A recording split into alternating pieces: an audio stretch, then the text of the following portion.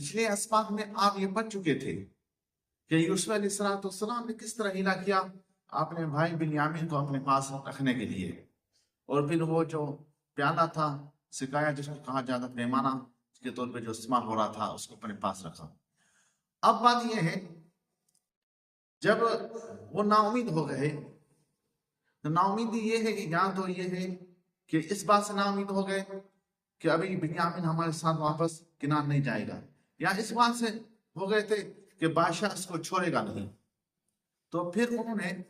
یہ کہا کہ بڑے بھائی نے جس کا نام روبیل کہتے ہیں، بعض نے کہا یہودا، تو یہودی ان کی طرف منسوب ہے، تو بعض نے کہا یہودا جو ہے وہ رائے کے اعتبار سے بڑا تھا، لیکن ویسے عمر کے لحاظ سے جو ہے وہ روبیل جو ہے وہ بڑا تھا، اور بان شمون کا نام بھی لیا ہے رحمت اللہ علیہ۔ تو اس نے بڑے نے کہا بھائی بات یہ ہے، دیکھو تم نے والد سے اللہ تعالیٰ کا وعدہ لیا ہے، پکا وعدہ لیا ہے، اللہ تعالیٰ کی قسم اٹھائی کہ ہم اس کو واپس سلامت لائیں گے، اب تو مسئلہ کچھ الٹا ہو گیا، تو اب میں یہاں سے نہیں لوں گا جب تک کہ والد صاحب خود مجھے بلائے نہیں۔ اور پھر یہ بھائی جب گئے ادھر تو یعقوب علیہ السلام کو آنامات سنایا کہ تیرے بیٹے نے چوری کی، پھر بادشاہ نے اس کو پکڑ لیا، اپنے پاس رکھ لیا، غلام بنا دیا، مصر کا کام لیے۔ تو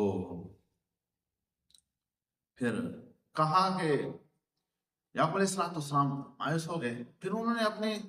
بیٹوں جو ہے اپنے استشہاد کے لیے کہا کہ آپ قافلے والوں سے پوچھ لیں، یا یہ ہے کہ آپ جائیں لوگوں کو بھیجیں، وہاں جو مصر کے لوگ ہیں وہاں جو موجود تھے ان سے پوچھ لیں کہ ماجرا کیا ہوا، کہ اس نے چوری کی، چوری ثابت ہوئی، اور اس نے کنان کے جو ہے قانون کے اعتبار سے اس کو وہاں رکھ دیا۔ تو یعقوب علیہ السلام نے فرمایا کوئی بات نہیں ہے، صرف تمہارے نفس کے ہیلے ہیں، اب میں اللہ تعالیٰ امید کہتا ہوں اللہ تعالیٰ سب کو لے آئے۔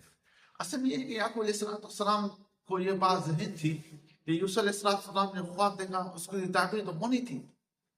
اب یہ بیچ میں کڑیاں تھیں، یوسف علیہ السلام کا نکل جانا، پھر مصر پہنچنا، پھر 10-12 سال قید میں رہنا، اور اس کے بعد جو ہے وہاں کا وزیر خزانہ بننا، پھر بادشاہ بن جانا۔ تو یہ ساری معلومات تھی جو یعقوب علیہ السلام کی کہ یہ اس طرح ہوگا کہ اس نے تعبیر خواب کی ہے وہ تو ہو کر رہے گی، لیکن بیچ میں سب کڑیاں جڑتی گئی۔ تو دیکھیں اس سے ایک بات معلوم ہوا کہ علم غیب اللہ تعالیٰ کے ساتھ کسی کے پاس نہیں۔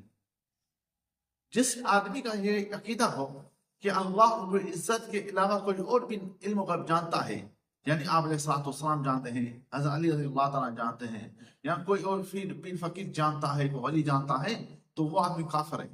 نظر اسلام وہ آدمی کافر ہے جس کا عقیدہ ہو کہ اللہ رب العزت کے علاوہ کوئی اور بھی علم غیب جانتا ہے، یا اس کا عقیدہ ہو کہ اللہ تعالیٰ کے علاوہ کوئی اور بھی حاضر ناظر ہے۔ یہ کفر عقائد ہے، اس سے توبہ کرنی چاہیے ہمیں۔ تو دیکھیں یعقوب علیہ السلام نبی ہو کر بھی کہہ رہے ہیں کہ جو ہے یہ تمہاری اپنی جو ہے سازشیں، حالانکہ حقیقت تو وہ ہے جو انہوں نے بیان کی،